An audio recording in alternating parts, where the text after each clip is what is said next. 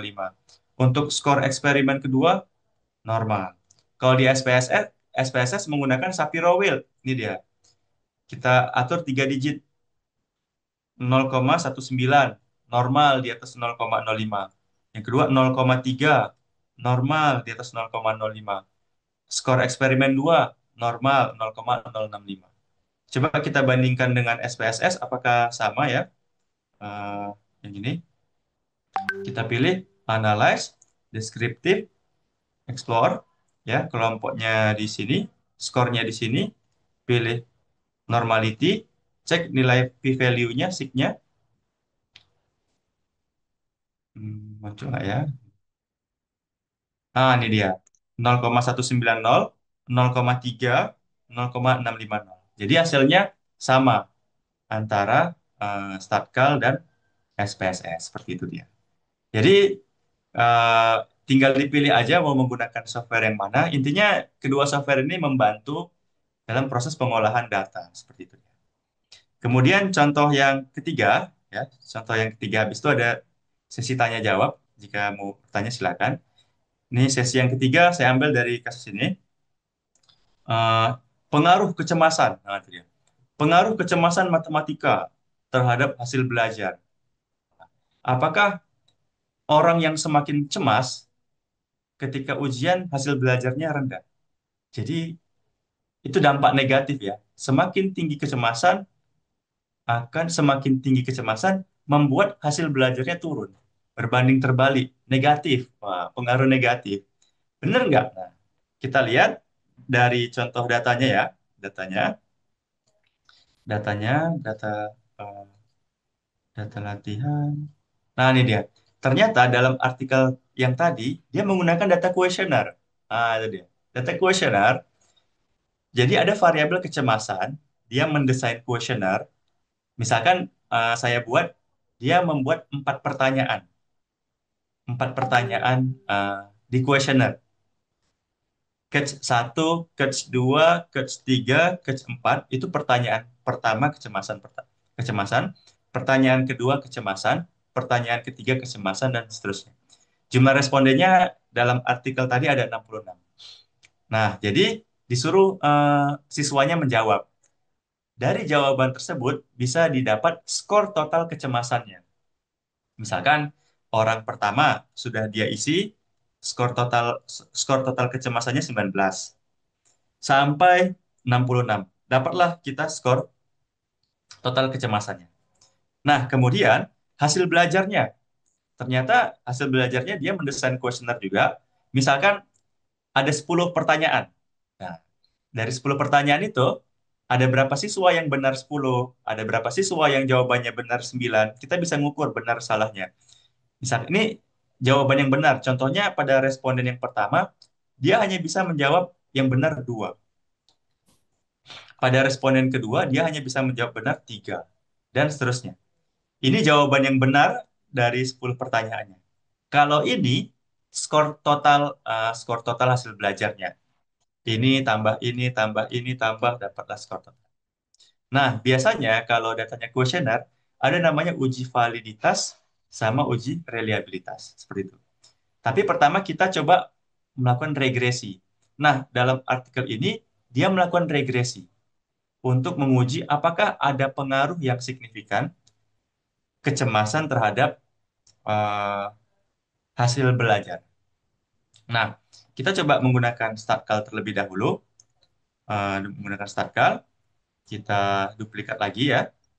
Kita pilih numeric data. Kemudian ini kita buat 30, ini 100, ini buat aja 50 ya. 50 kolom. Sekarang kita pindahkan datanya ya.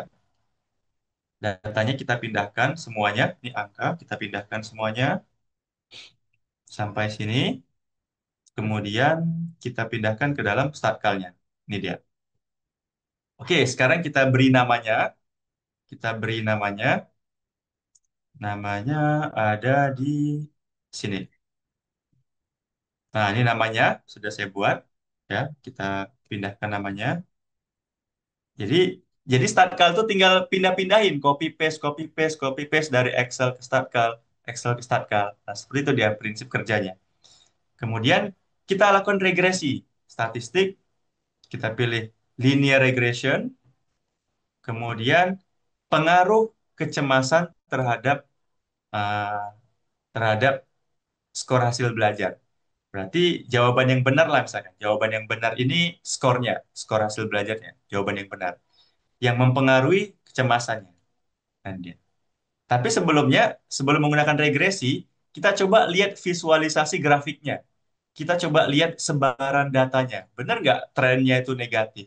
Kita gunakan scatter plot. Kemudian ini sumbu X-nya kecemasan mempengaruhi hasil belajar. Kita pilih print graph. Nah, ini fitur grafik di Statcal. Bisa di bisa di setting mau yang ini, mau yang ini, mau yang ini. Nah, salah satu pembedanya Statcal ada fitur seperti ini. Kita bisa milih mau yang mana gitu. Nah, misalkan ini, kita gunain yang ini. Kemudian kita bisa tambahin garisnya, akan muncul garisnya. Kita bisa kecilkan garisnya. Jadi salah satu uh, pembeda di Statcal, fitur visualisasinya itu bisa kita edit-edit yang kita mau. Kita mau ganti temanya menjadi dark, berubah. Kita mau ganti fiturnya tem. Jadi kalau dalam paper ya, artikel jurnal, biasanya grafiknya itu-itu aja. Nah, dengan Statcal kita bisa bisa membuat fitur grafik yang lebih bagus, berbeda dari paper yang lain. Seperti itu. Jadi nggak hanya tabel, kan biasanya kan di paper banyak tabel-tabel. Bisa juga ditambah fitur grafiknya, seperti itu dia. Kemudian tulisannya misalkan mau diperbesar teksnya, misalkan. Nah, kita bisa lihat tuh nilai korelasinya negatif dia ternyata. Jadi trennya negatif. Semakin tinggi kecemasan akan menurunkan skor hasil belajarnya. Trennya negatif. Dan nilai korelasinya negatif. Negatif 0,912. Kan nilai korelasi berkisar dari -1 sampai 1. Kalau kalau nilai korelasinya semakin dekat dengan nol, berarti dia semakin nggak linear, semakin lemah korelasinya. Tapi ini korelasinya sangat kuat, karena negatif 0,91, mendekati -1 ya. Seperti itu dia. Jadi kita bisa melihat terdapat korelasi negatif antara kecemasan dan hasil belajar. Semakin tinggi kecemasan, cenderung hasil belajarnya turun. Nah, seperti itu dia. Nah, kemudian dari sini baru kita buktikan menggunakan regresi. Apakah kecemasan berpengaruh signifikan terhadap hasil belajar? Kita gunakan regresi. Tadi pilih regresi ya. Nah, dia tinggal pilih result. Kita cek hasil regresinya di bagian t-test di. Nah, ini ada perhitungan deskriptifnya ya. Misalkan nilai minimumnya 2 jawaban yang benar. Jadi siswa yang paling rendah dia jawab yang benar ada 2. Benar 2. Ada juga yang benar 10 siswanya. Ini nilai minimum, maksimum. Ada kalimat bahasa Indonesianya. Nah, ini dia. Diketahui nilai minimum dari jawaban yang benar adalah 2. Sementara nilai maksimum dari jawaban benar ada 10. Rata-rata jawaban benar siswa adalah 5, jadi dia ada kalimat bahasa Indonesianya. Seperti itu dia. Nah, regresinya, kita lihat hasil regresinya di bagian t-test. Nah, ini dia. Kita bisa lihat dari estimate-nya negatif. Artinya apa? Kecemasan berpengaruh negatif terhadap hasil belajar. Kecemasan yang semakin tinggi, hasil belajarnya cenderung turun. Dan p-value-nya 0, 0,000. Lebih kecil daripada 0,05, artinya apa? Artinya berpengaruh signifikan. Jadi kesimpulannya, kecemasan berpengaruh negatif dan signifikan. Uji-uji lain kayak uji normalitas residual bisa dicek seperti ini, dia normal ya. Ada uji multikolinearitas, ada uji homoskedastisitas, nanti bisa dicek. Hasilnya itu sama dengan SPSS, nggak ada beda. Nah, seperti itu dia. Nah, satu lagi yang mau saya ingin tampilkan adalah fitur Statcal Online. Nah, ini dia. Jadi, fitur Statcal Online, kita mengolah data tanpa harus menginstal di Statcal. Mana ya? Nah, ini dia. Contohnya kita mau membuat grafik ya, menggunakan fitur Statcal yang versi online. Saya sediakan datanya seperti ini ya. Datanya misalkan data latihan. Ntar saya pindahin dulu. Data skala Likert. Nah, ini dia. Nah, di sini ada data ya. Datanya itu ada sekitar 250 responden. Ada 250 responden. Ini misalkan data ini data skala Likert.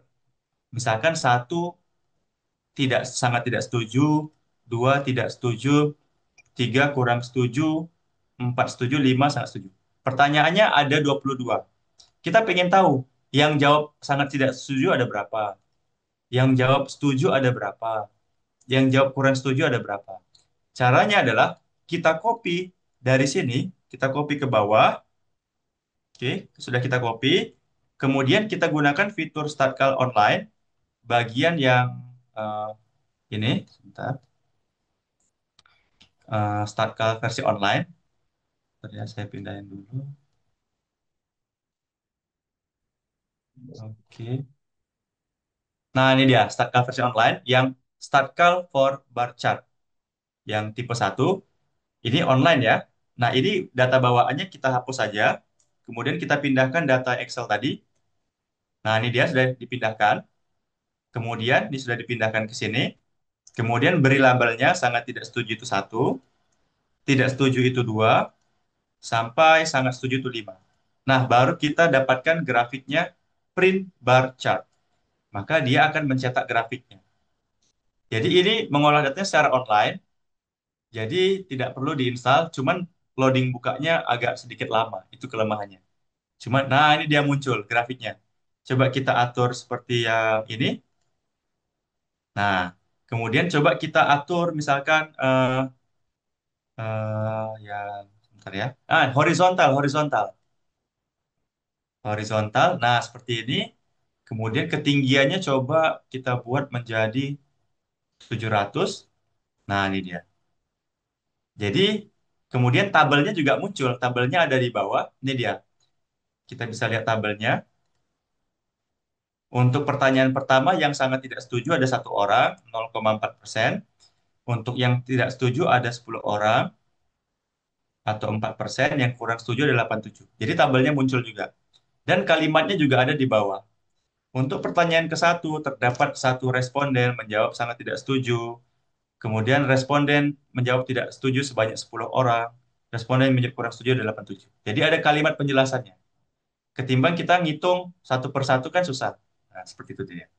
Jadi itu akan memudahkan. Dan satu lagi, untuk regresi. Untuk regresi juga bisa menggunakan yang versi online. Itu datanya saya sudah siapkan. Ini datanya regresi untuk versi online-nya. Tinggal kita import di start call-nya. Kita browse ya, kita browse. Kita import datanya, data regresi. Kemudian kita pilih Excel.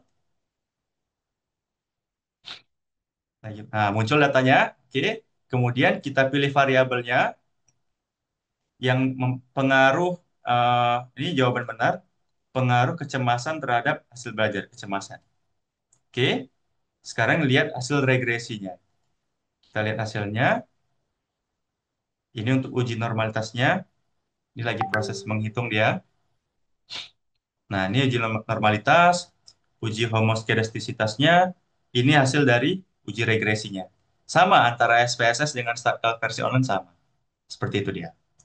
Nah, terakhir, siapakah orang-orang yang sudah menggunakan StatCalc ya?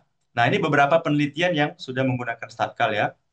Kira-kira ini judul artikelnya, ini terbit tahun 2025, ini nama jurnalnya, ini linknya. Jadi ini orang-orang yang menggunakan StatCalc di sekalian menggunakan uji regresi atau ANOVA, itu bisa menggunakan SPSS. Bisa juga menggunakan software JISP. Bisa juga menggunakan software StatCalc. Jadi sama aja, hasilnya sama aja, nggak ada beda. Tergantung kita lebih suka menggunakan software yang mana. Kalau ingin menggunakan software yang gratis, bisa menggunakan JISP atau StatCalc. Seperti itu dia. Nah, di sini kalian menggunakan uji regresi atau ANOVA, itu bisa menggunakan SPSS. Bisa juga menggunakan software JISP. Bisa juga menggunakan software StatCalc. Jadi sama aja, hasilnya sama aja, nggak ada beda. Tergantung kita lebih suka menggunakan software yang mana. Kalau ingin menggunakan software yang gratis, bisa menggunakan JASP atau Statka. Seperti itu dia. Nah, di sini